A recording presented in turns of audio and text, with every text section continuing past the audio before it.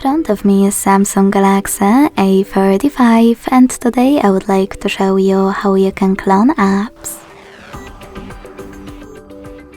Begin by opening Settings and scrolling down to access Advanced Features.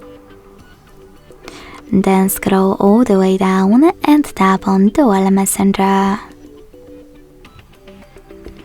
Now it's time to click on grey sweater next to one of your available apps that you wish to clone.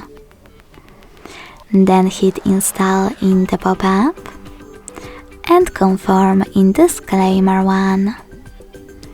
If you wish to use a separate contact list, use grey sweater at the top. If you don't want to do that, select Next at the bottom and confirm your choice in the pop-up.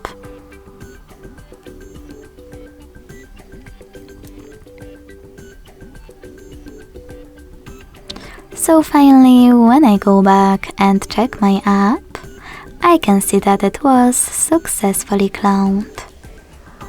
To delete this clone, go back to the same settings and use No Blue Sweater. Lastly, tap on Uninstall and wait. Thanks so much for watching. If you enjoyed this video, don't forget to leave a like, comment and subscribe. Bye!